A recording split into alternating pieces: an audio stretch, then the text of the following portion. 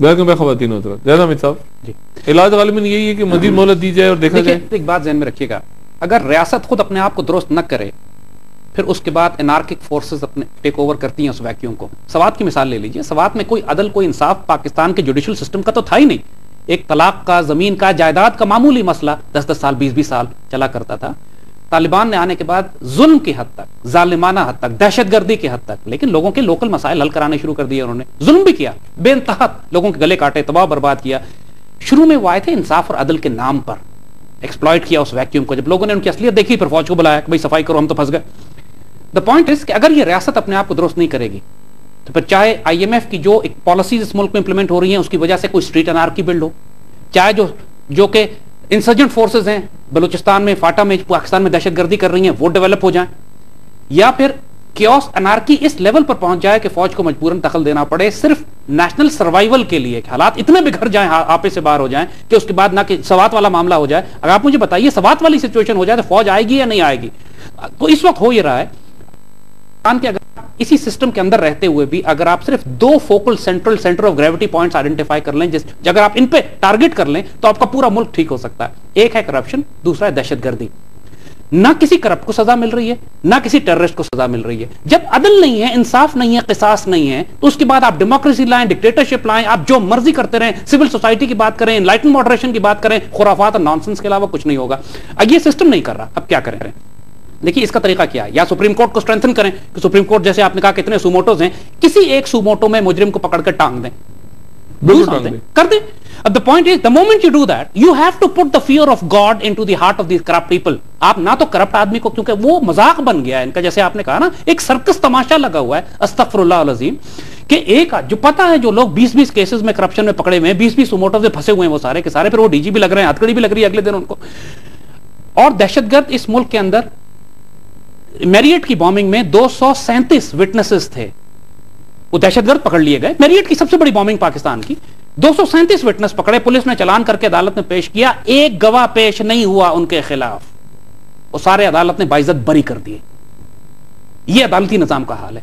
अब इसका सोल्यूशन क्या आप बात करते हैं? देखो ये सिस्टम के अंदर रहते हुए सोल्यूशन नहीं आ सकता इस वक्त। आपको हम बड़ी ब्लंट बात करेंगे, हमें यहां पर केयर टेकर चाहिए। जब मोइन कुरैशी केयर टेकर आ सकता है एक वैक्यूम के सिलसिले में, bring in the finest technocrats of the world, Pakistan के finest of the finest Pakistanis को लाके 3 साल के लिए सिर्फ वो एक काम करें across the board, accountability and law and order.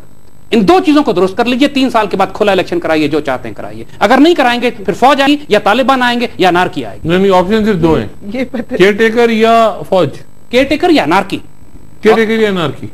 और अनार्की को रोकने के लिए फिर फौज अगर आई तो शोर, फिर रोइएगा नहीं।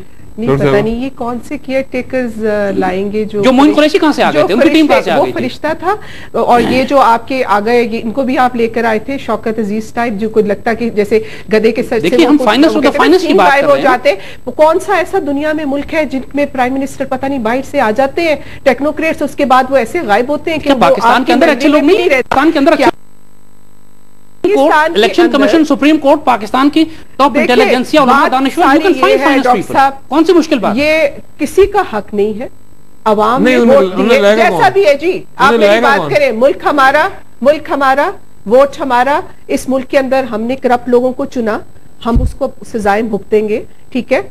इनका टेन्योर पूरा होना चाहिए मेरी जाती राय में। उसके बाद अवाम का हक है, वो जाएंगे। अगर अवाम ने नहीं सबक सीखना और इन्हीं लोगों को इलेक्ट करना है तो फिर उनकी यही सजा है कि वो फिर ऐसे ही हुक्मरान जो है उनके सरों पे मुसल्लत रहे। ये एक प्रोसेस है जी। आप उस पूरी मैं इनकी बात से एग्री नहीं करता, ठीक है, मेरा अपना नुक्ता नजर है, मगर आप मुझे ये बताएं, हाँ जी, कि आपने जो उस वक्त डेमोक्रेसी के लिए पूरी मूवमेंट चलाई थी, जी जी, इस वक्त ताना बाना खड़ा इसके लिए चला रही थी। लेकिन डॉक्टर साहब बात यही होती है कि, और आप मुझे ऑनेस्टली बताइए, हाँ, मैं ना केयर टेकर की बात कर रहा हूँ ना मुझे आप ऑनेस्टली बताएं।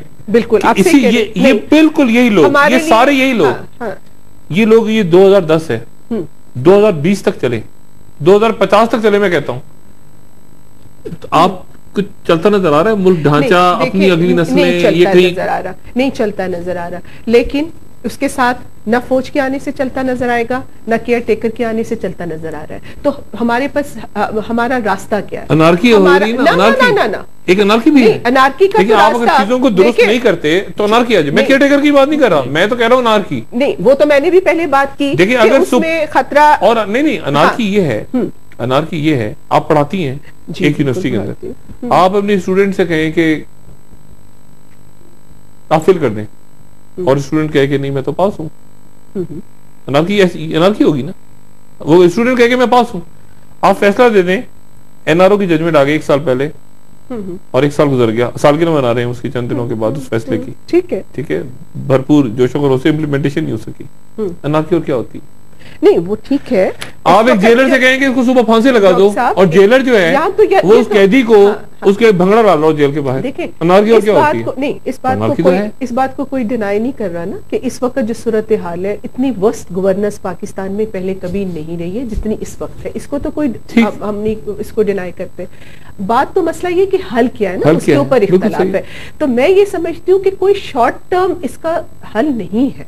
हमें वही रूट लेना होगा कि जो जमहूरी रास्ता है, हमें वही रास्ता अपनाना होगा और हमें अवामी के ऊपर भरोसा करना होगा। हमें ना किसी फौज के ऊपर भरोसा करना है, ना किसी केयर टेकर के ऊपर भरोसा करना है, ना किसी एक सेकंड जी, अगर सारे लोग मुत्तफिक होते हैं मिसाल के तौर पे, मिड टर्म इलेक्शंस मेरे नजदीक कोई ऐसी वो बात गैर जमहूरी बात नहीं है। मिड टर्म इलेक्शंस होते हैं, लेकिन मेरे नजदीक एक ही रास्ता है और वो रास्ता जमहूरियत का रास्ता है। इलेक्शंस होने चाहिए, अवाम ये फैसला करेंगे कौन उन पे हुक्मरानी करेंगे। और अगर अवाम करप्ट हुक्मरान लेकर आते हैं तो अवाम को भुगतना होगा फिर उन करप्ट हुक्मरानों को। लेकिन किसी का ये राइट नहीं है कि बार-बार कह रही है कि इन हुक्मरानों को अवाम लेकर आते हैं।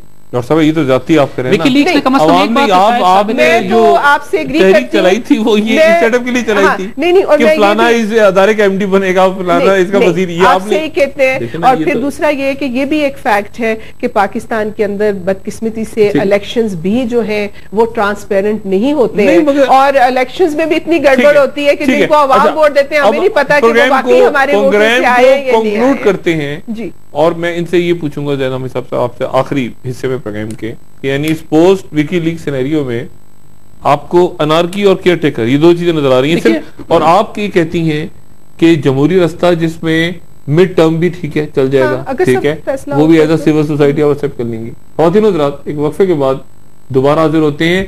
फरजाना बारी साहबा ने कहा कि वर्स्ट गवर्नेंस है, ये आपने एग्री किया, और आपने ये भी कहा कि लेकिन इनको टाइम मिले, लेकिन अगर मिड टर्म हो जाए तो भी वो जमहूरी रास्ता है, गैर आईनी नहीं। और आप ही कहते हैं केयर टेकर वरना अनार्की।